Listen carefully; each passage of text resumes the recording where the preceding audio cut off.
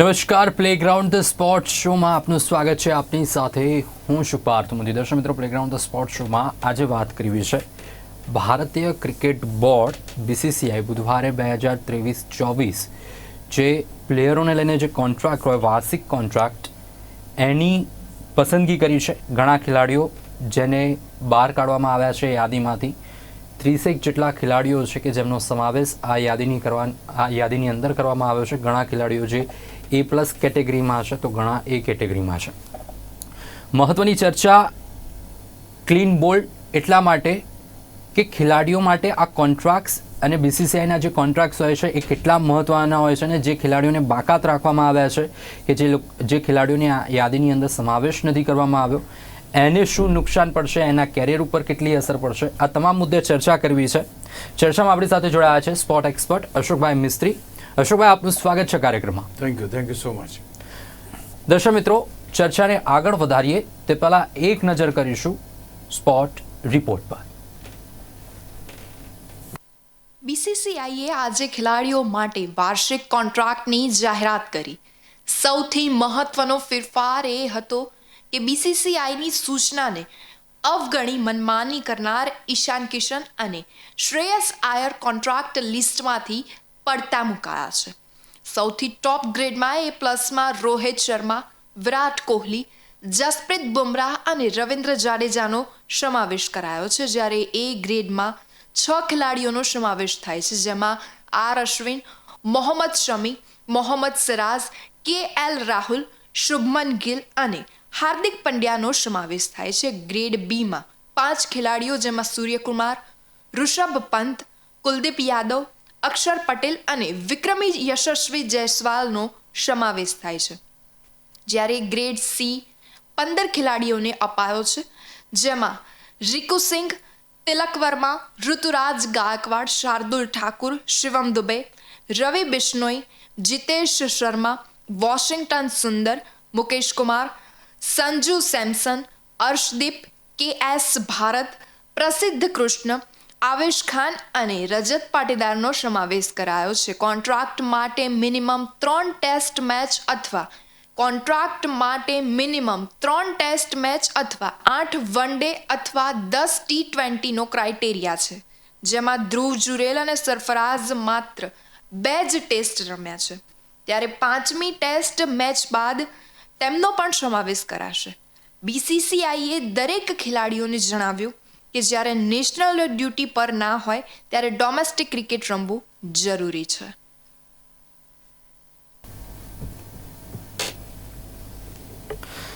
તો BCCIના central contracts અને એની ઉપર ચર્ચા છે. મહત્વની વસ્તુ એ છે કે ખેલાડીઓ માટે આ કોન્ટ્રાક્ટ્સ કેટલા મહત્વના.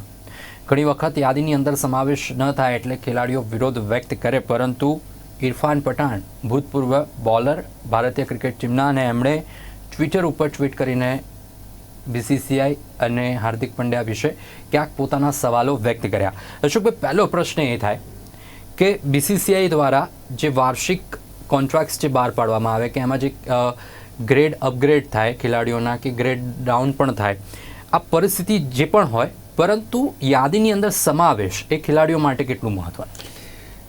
પાર્થ, દરેક વસ્તુનું એકનોલેજમેન્ટ જરૂરી હોય છે. તમે જ્યારે દેશ માટે ક્રિકેટ રમતા હો, એમાં શાનદાર પ્રદર્શન કરતા હો, દેશને તમે જીતાડતા હો, તો તમે જે કોઈ કામ કરો છો એમાં તમે એક્સેલ કરો છો. તમે સતત સાતત્યપૂર્ણ તમારું પ્રદર્શન દેશ માટે રમો છો ક્રિકેટ ત્યારે કરો છો, અને એ સાતત્યપૂર્ણ પ્રદર્શનને આ એકનોલેજ કરવામાં આવે. એનો અર્થ એ થયો કે તમારું સારું પ્રદર્શન હોય એ પ્રમાણે તમારે એ પર્ટિક્યુલર ગ્રેડમાં તમને રાખવામાં આવે છે અથવા તો એ ગ્રેડ ઓફર કરવામાં આવે છે. બહુ સીધો દાખલો તમને યશસ્વી જયસ્વાલનો આપો. યશસ્વી જયસ્વાલ આ એક એવો અજીબો ગરીબ ખેલાડી છે. એના જે રેકોર્ડ્સ છે તમે જુઓ, એક ઇંગ્લેન્ડ સામેની 4 મેચોમાં એણે 600 રન બનાવી દીધા, 2 વાર બેવડી સદી મારી દીધી છે. તો આ પ્રકારના ક્રિકેટરને કેટલા વર્ષ સુધી રાહ જોવી પડે છે સેન્ટ્રલ કોન્ટ્રાક્ટ મેળવવા માટે? તો ક્યાંક આ પ્રદર્શનને યથાવત રાખવા માટે એને જરૂરી ઇગ્નિશન જે જોઈએ, એને જરૂરી જે જોશ જોઈએ, એ જોશ માટે એને ડાયરેક્ટ B ગ્રેડનો કોન્ટ્રાક્ટ ઓફર કરવામાં આવ્યો. So this is something called C grade નહીં, he has come directly in B grade, because આ ખેલાડી એ ભારત માટે ક્રિકેટની લાંબી રેસનો ઘોડો છે. તમામ ફોર્મેટ માટે આ ખેલાડી બહુ શાનદાર રમી શકે છે. એ એક્નોલેજ કરવામાં આવ્યું કે yes you are a good player and be a good player. એટલે એને બીજી કોઈ ચિંતા કર્યા વિના એને જે રેમ્યુનરેશન મળવાનું છે, કોન્ટ્રાક્ટના જે પૈસા મળવાના છે, એ પૈસા એટલા પૂરતા હોય કે જેથી કરીને એને બીજે ક્યાંય કોઈ બીજી પ્રવૃત્તિમાં એને ધ્યાન આપવાની જરૂર ના પડે. સો ધીસ ઇઝ એકનોલેજમેન્ટ. અને આ એકનોલેજમેન્ટ લોકો આખું લાઈફ ટાઈમ રમી નાખે છે છતાંય આમાં આવતા નથી. એટલે ઇટ ઇઝ, અને આ તો ખેર આટલા પૈસા અને આટલી જબરજસ્ત શરૂઆત બી રિસન્ટ પાસમાં થઈ છે એમ કહેવાય. બાકી 1983 વર્લ્ડ કપ જીતીને આવ્યા અને કેટલા પૈસા મળ્યા આપણે સૌ જાણીએ છીએ. તો ક્યાંક ને ક્યાંક એક આ પ્રકારના કોન્ટ્રાક્ટ્સથી એક ખેલાડી, જે તે ખેલાડી આ કોન્ટ્રાક્ટમાં આવે, એ ખેલાડીને એક વર્ષ માટે કોઈ પણ વસ્તુની ચિંતા કર્યા વગર માત્ર ને માત્ર ક્રિકેટ રમવાનું છે. દેશ માટે, રણજી ટ્રોફી માટે, they have to play just cricket. તો આ એક વસ્તુ એ ફોકસ કરી શકે. એને કોઈ જે બીજી જગ્યાએ આવકની જરૂર ના પડે. Means he can focus on his work, on his efforts, on his achievements. આ બધી વસ્તુ એ કરી શકે. અને એટલા માટે આ સેન્ટ્રલ કોન્ટ્રાક્ટ્સ એનાયત કરવામાં આવે છે. It is very important. ઘણા બધા એવા ખેલાડીઓ છે કે નીકળી ગયા છે, અને ઘણા એવા ખેલાડીઓ છે કે જે આવી ગયા છે, જે T20ના જમાનાના ઘણા બધા ખેલાડીઓ, રિંકુ છે, તિલક છે, ઋતુરાજ છે, શાર્દુલ છે, શિવમ છે, આ બધા ખેલાડીઓ પહેલાં નહોતા. નાઉ દે આર ધેર, કારણ કે એમનું પરફોર્મન્સ એટલું જબરજસ્ત છે. તો ક્યાંક ને ક્યાંક it is A acknowledgement of your performance during that year and you are getting this grade. તમે કેટલા કન્સિસ્ટન્ટ છો એ બતાવે છે આમાં કયા ગ્રેડમાં તમે છો. બિલકુલ, ગ્રેડ એ બતાવે છે કે તમે તમારું પરફોર્મન્સ કેવી રીતે જઈ રહ્યું છે, કન્સિસ્ટન્સી છે કે નહીં. પરંતુ જ્યારે એક વાત આવે, ઈશાનની વાત આવે, શ્રેયસની વાત આવે, હકાલપટ્ટી થઈ, BCCIનું એક હવે કહેવું છે કે ગેરશિસ્ત ક્યાંય સાખી લેવામાં નહીં આવે, એવો ક્યાંક એક સંદેશો કહી શકાય. ને ઈશાન અને શ્રેયસની હકાલપટ્ટીના કારણે ઇરફાન પઠાણે પણ ટ્વીટ કરવું પડ્યું. સી, એક વાત તો ચોક્કસ છે કે BCCI એક તમારી પેરેન્ટ બોડી છે. Means they are the one who are hiring you, or એ લોકો તમને રમાડે છે. એમના બેનરમાં તમે રમો છો, એમના અંડરમાં તમે રમો છો. એટલે એક જ્યાંથી તમને કોન્ટ્રાક્ટ મળતો હોય, જ્યાંથી તમને પૈસા મળતા હોય, જેની સામે તમે કોન્ટ્રાક્ચ્યુઅલી સંકળાયેલા હોય, એ પર્ટિક્યુલર કામ તમારે કરવું જરૂરી બને છે.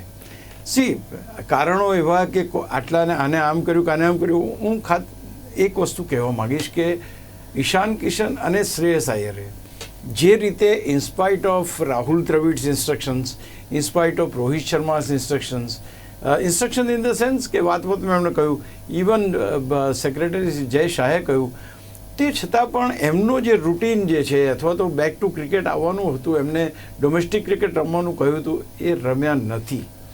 આજે you cannot ignore your employer. તમારા જે એમ્પ્લોયર હતો, તો તમે જેને ત્યાં નોકરી કરો એને તમે ઇગ્નોર ના કરી શકો.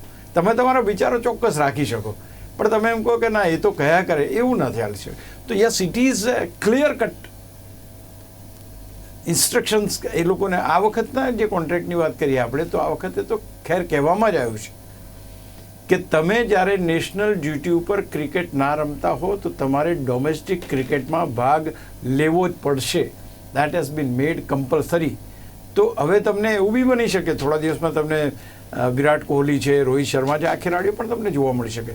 તો ક્યાંક ને ક્યાંક it has been made mandatory કે ભાઈ તમારા માટે ક્રિકેટ મહત્ત્વનું છે. એ ચાહે ટેસ્ટ ક્રિકેટ હોય કે ચાહે રણજી ટ્રોફીનું ક્રિકેટ હોય, તમને ક્રિકેટ રમવાના પૈસા મળે છે, એ ક્રિકેટ તમારે રમવું પડશે. સો યાર, અચ્છા, આ બે ખેલાડીઓએ જે રીતે ફિટનેસની વાત આવી, કંઈ ખોટું બોલ્યા અને બીજા દિવસે કંઈક એમનો ક્રિકેટ રમતો ફોટો આવ્યો. સી, ડેફિનેટ વાત છે કે IPL પહેલાં કોઈ પણ ખેલાડી ઇન્જર્ડ થવા ના માગે, કારણ કે IPL આ બધાનું જેને કહીએ કે સૌથી વધુ પૈસા આપતી એક લીગ છે.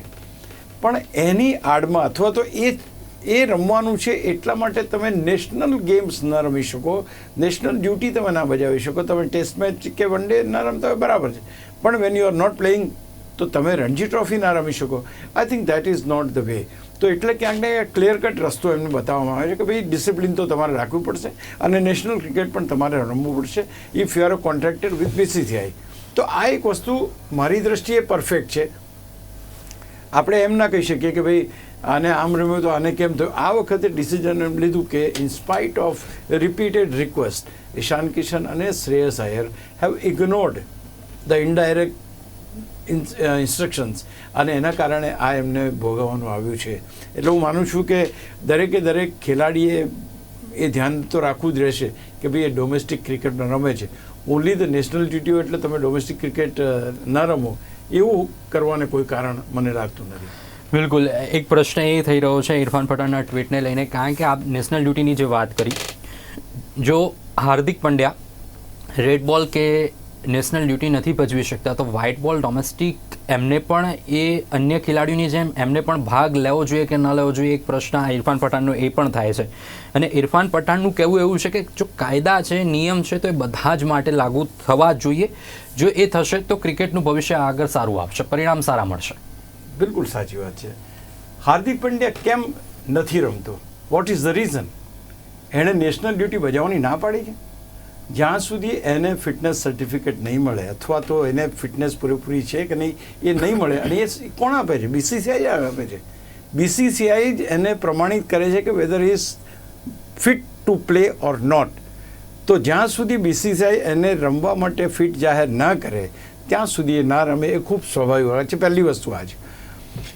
તમે કહ્યું વાતને આપણે ધારો કે માની બી લઈએ તો એવું તો છે નહીં કે ફિટ છે એટલે ટેસ્ટ મેચ ના રમી શકે, અથવા તો રણજી, જો તમે એમ કહેતા હો કે રણજી રમવી જોઈએ તો ત્યાં ફિટ છે તો ટેસ્ટ પણ રમવી જોઈએ.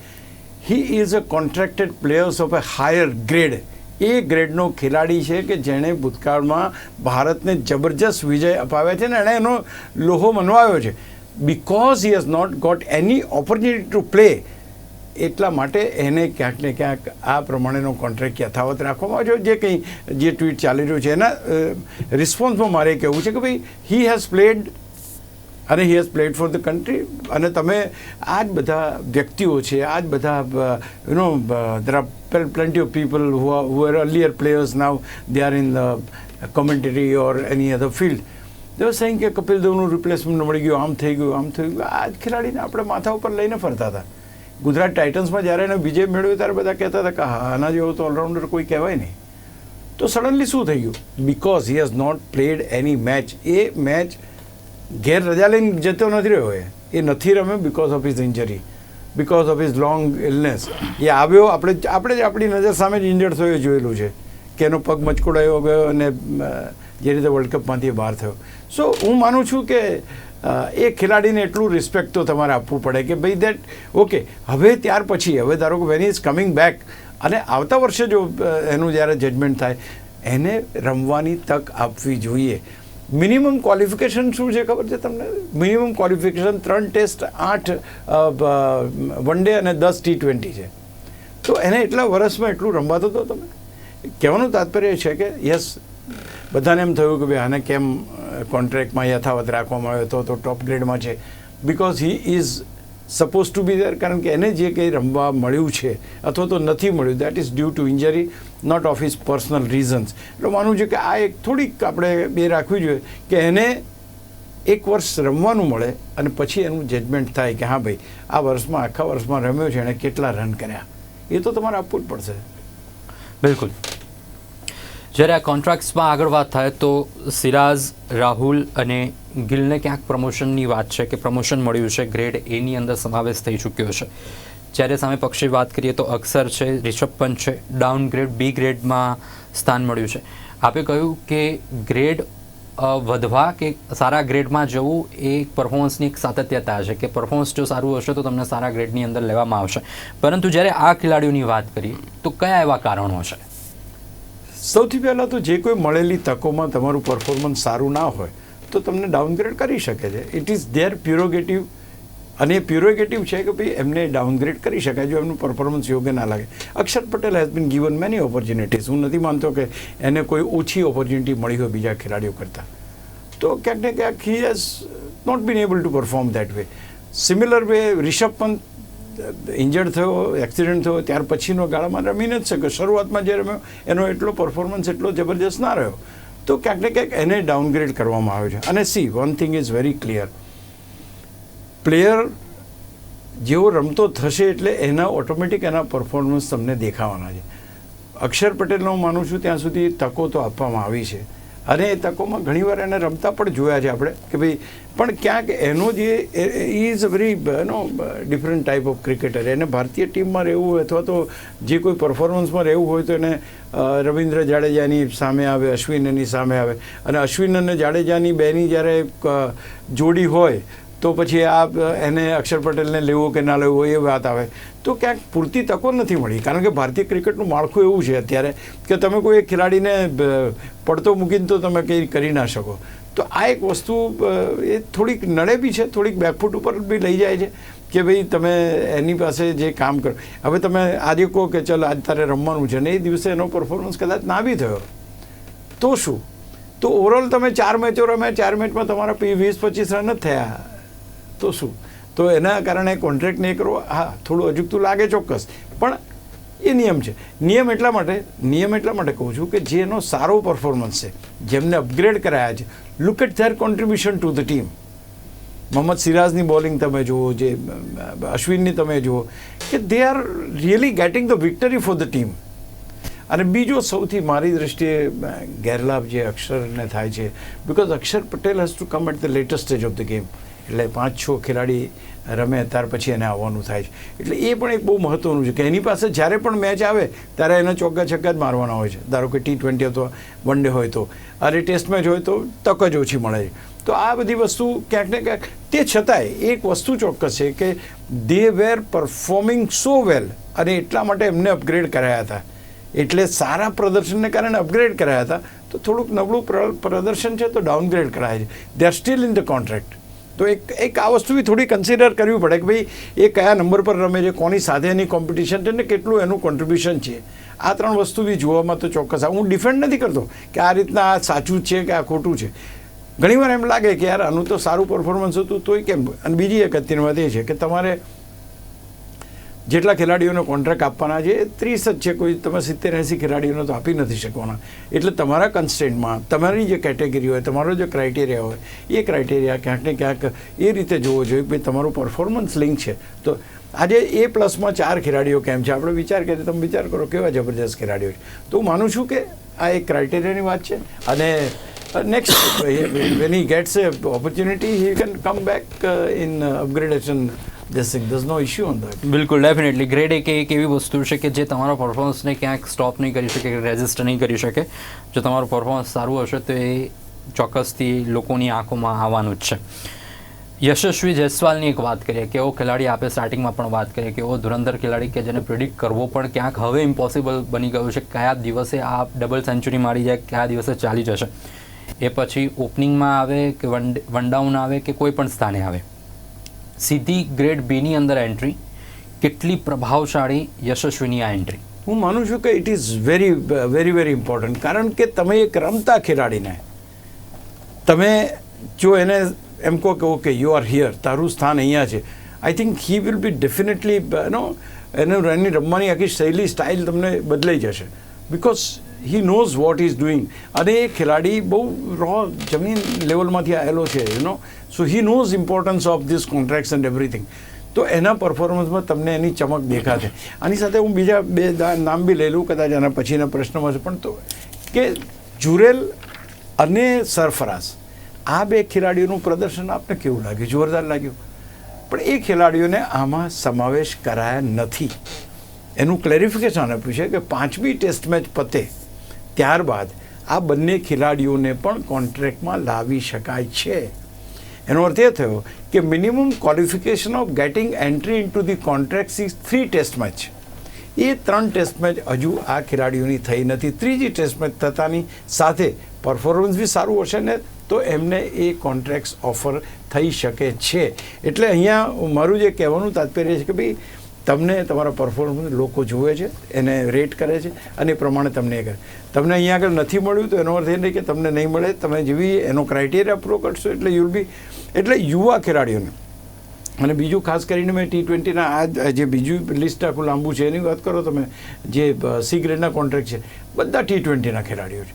તો આ તો એક પરિવર્તન તો સંસારનો નિયમ છે, એટલે આ તો વસ્તુ ચાલવાની. પણ યસ, આ જે જુરેલ અને સરફરાઝ આ બંનેને પણ કોન્ટ્રાક્ટ ઓફર થઈ શકે ને યશસ્વીને રાઇટ ટાઈમે મોટો કોન્ટ્રાક્ટ આપવો, આઈ think it is the best team. તમે સચિન તેંડુલકરને 15 વર્ષે 16 વર્ષે રમાડી દો છો, ક્રિકેટ રમાડો છો, because he deserves that.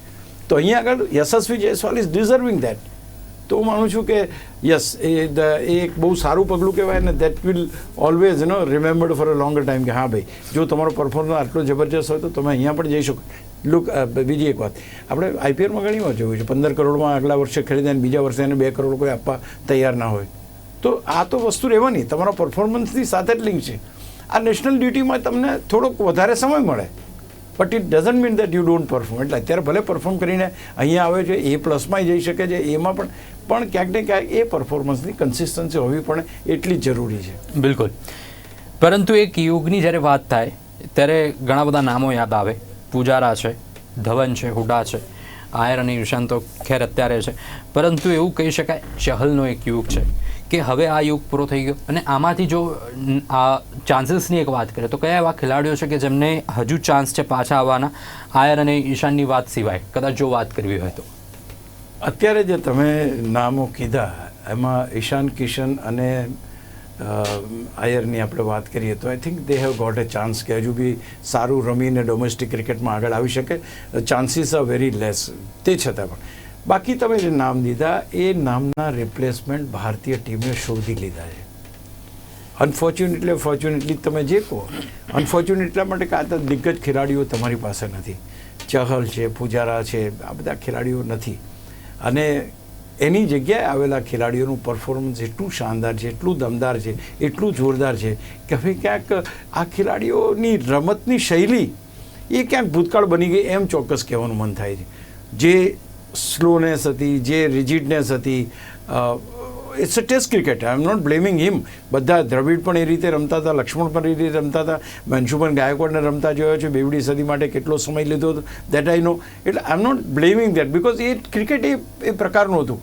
Now things are change. આજે ઇંગ્લેન્ડ બાસ્બોલની ક્રિકેટથી 5 શ્રેણી 6 શ્રેણી સળંગ જીતતી હોય, યશસ્વી જયસ્વાલ જેવા ખેલાડીઓ જો 2 સેન્ચુરી મારી શકતા હોય વિધિન નો ટાઈમ, તો ક્રિકેટ હેઝ બીકમ ફાસ્ટ. એટલે ક્યાંક આ બદલાયેલી પરિસ્થિતિમાં અને આઈપીએલનું એક જબરદસ્ત પ્લેટફોર્મ મળ્યું છે કે જેના કારણે ભારતમાં દર વર્ષે 15 થી 20 ખેલાડીઓ ટકોરા જેવા તૈયાર થાય છે. અને આ એક કારણ છે કે જેથી કરીને મૂવમેન્ટ ફાસ્ટ કરવી પડશે. અહીંયા જે લિસ્ટની આપણે વાત કરીએ એમાંથી ઘણા એવા લિસ્ટ હોય કે જે આવતી વખતે નહીં હોય, ગયા વખતે હતા ને આ વખતે નથી. તો પોસિબલ છે કે આ લિસ્ટમાંથી પણ, કારણ કે you are getting A inflow of the players like anything. અને એટલા માટે આ ખેલાડીઓ એનું કોન્ટ્રીબ્યુશન ભૂલાશે નહીં, એબ્સોલ્યુટલી નહીં ભૂલાય. કારણ કે એ યુગમાં દે વર ધ ગ્રેટ્સ. આપણે એમ કહીએ કે સચિન તેંડુલકર અને વિરાટ કોહલીની રમતમાં આપણે સરખાઈ નહીં શકીએ, બટ એમનો યુગ હતો, વિરાટ કોહલીનો યુગ વિરાટ કોહલીનો. હું માનું છું કે આ વસ્તુ એક એમનું contribution to the Indian cricket is great and will be remembered for always. પણ હવે પાછા ફરવું, I think it is very very difficult for them. Definitely. એક છેલ્લો પ્રશ્ન એ થઈ રહ્યો છે, આઈપીએલમાં આપે વાત કરી કે આઈપીએલ એક એવી વસ્તુ કે ત્યાં જ્યાં નવા સિતારાઓ આપણને મળી રહ્યા છે ને એ પણ ટકોરા જેવા. રિંકુ મળ્યો, તિલક, ઋતુરાજ દુબે, મુકેશ પાટીદારની જો વાત કરીએ તો આ ખેલાડીઓને પણ તક મળી છે. આ તકને આપણે કેવા સંકેતમાં જોઈ શકીએ? એક બહુ સીધી વાત છે કે ભારતીય ક્રિકેટ અત્યારે એક ચરમસીમા ઉપર છે. ચરમસીમા એટલા માટે કહું છું કે જેમ મેં કહ્યું કે દર વર્ષે તમને 10 ખેલાડીઓ જોરદાર મળે છે. આ 10 ખેલાડીઓને તમારે સમાવવા પડશે. અને એ સમાવવા માટે જે એમને કોન્ટ્રાક્ટ ઓફર કરાયો છે એ એટલા માટે કે લોઅર મીન્સ કે જે આ ખેલાડીઓ છે, નવા ખેલાડી, એમને દે ડોન્ટ હેવ એની ઇનપુટ કે કમાવા માટે શું કરવું હોય. અહીંયા આગળ એમને સેફ કરવામાં આવે. ડોન્ટ વરી, તમે જબરજસ્ત ક્રિકેટ રમો, બીસીસીઆઈ છે તમને આપશે. તમે નહીં માનો, આ વખતે ફર્સ્ટ ટાઈમ બોલર્સને કોન્ટ્રાક્ટ્સ ઓફર કરવામાં આવે છે, બોલિંગ કોન્ટ્રાક્ટ્સ. તો આ જે કોન્ટ્રાક્ટ છે એની અંદર બી નામ બહુ સરસ છે. યશ દયાલ છે, ઉમરાન મલિક છે, આકાશદીપ છે. તો this is the first time happening. એટલે જે ખેલાડીઓ આની અંદર છે, રિંકુ, તિલક, ઋતુરાજ, શાર્દુલ, શિવમ, બિશ્નોઈ, જીતેશ, આ બધા ખેલાડીઓ આપણે ટેસ્ટમાં અને વન ડેમાં નહીં જોતા હોઈએ, પણ દે are the players all from મોટા ભાગના ખેલાડીઓ આઈપીએલના ખેલાડીઓ છે અને T20ના જબરજસ્ત ખેલાડીઓ. આ 10 ખેલાડીમાંથી તમને 2 ખેલાડી જયસ્વાલ જેવા મળી જશે કે 2 ખેલાડી તમને બુમરાહ જેવા મળશે. શોધ તમારે કરવાની. અહીંયા બધાને તક મળી છે એટલે એમને બીજી કોઈ વાતનું ધ્યાન રાખ્યા વગર, કમાવાની ચિંતા કર્યા વગર માત્ર ને માત્ર ક્રિકેટ ઉપર ફોકસ કરવાનું, એ ક્યાંક ને ક્યાંક આ કોન્ટ્રાક્ટ્સમાં સ્પષ્ટ દેખાઈ આવે. બિલકુલ દર્શક મિત્રો, કોન્ટ્રાક્ટ્સ એટલા માટે કે ખેલાડીઓનું એક મનોબળ પણ વધે અને ખેલાડીઓ સારા એવા પ્રદર્શન આપી શકે. દેશ માટે એક ખૂબ મહત્ત્વની વસ્તુ છે ને એમને પ્રોત્સાહનના રૂપે કોન્ટ્રાક્ટ્સની અંદર એમના ગ્રેડની પણ અદલાબદલી કે ઉપર નીચે થતું હોય છે, એ પરફોર્મન્સના આધારિત હોય છે. પરંતુ નવા ખેલાડીઓને તક મળે યાદીની અંદર, કોન્ટ્રાક્ટ્સની અંદર, એટલે એનું મનોબળ ચોક્કસથી વધતું હોય છે. દર્શકભાઈ, આપ અમારી સાથે જોડાયા, દર્શક મિત્રોને માહિતી આપી બદલ આપનો આભાર. Thank you. દર્શક મિત્રો, પ્લેગ્રાઉન્ડ ધ સ્પોર્ટ્સ શોની આજની રજૂઆતમાં આજે બસ આટલું જ. ફરીથી મળીશું. નમસ્કાર.